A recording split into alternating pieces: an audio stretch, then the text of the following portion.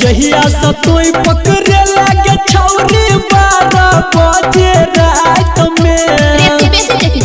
हम झूठ बजबो के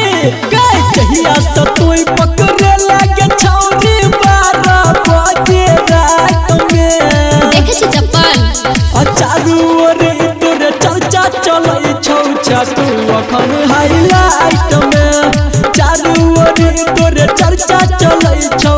तू अखन हाईलाइट में मुंह संभाल के बाजू रे छौरा कहै छी और बड बात में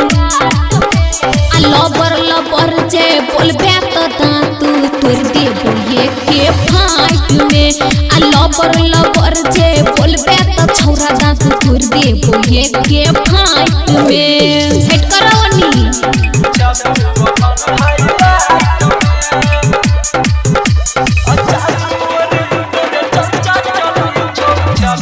म्यूजिक बाय डीजे उमेश शुक्रिया बाजार केकरो बात त तू नहीं सुनै छेला तोहर बात किया सुनबा हरदम फिटफाट में तू घुमै छेला तोरा के छाती फटे हो केकरो बात त तू नहीं सुनै छेला हरदम फिटफाट में तू घुमै छेला काम केहन तू के लागे पगड़ी रहलो नहीं बापू के माथ में चारू ओर तोरे चर्चा चलै छौ तू अखन हाईलाइट में आ लबर नहीं बाजू रे छौरा दांत तोड़ देबो ये के फाइट में आप सुन रहे हैं संदीप सुमन को म्यूजिक बाय डीजे उमेश शुक्रिया बाजार सब छक्कर गेलो बात सुन कके तू क्या टेंशन ले छै कने घुमै छै कि तू बुइन कके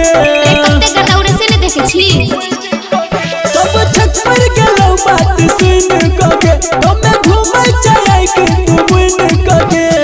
साइलेंडर सिरहाल संदीप सुमन तोरा ललकौ मजा फुल नाइट में तू देखेला बैठल है की चारू ओर तोरे चर्चा चलै छौ तू अखन हाईलाइट में चारू ओर तोरे चर्चा चलै छौ तू अखन हाईलाइट में आ लबर नहीं बाजू रे छौरा दांत तोड़ देबो ये के फाइट में।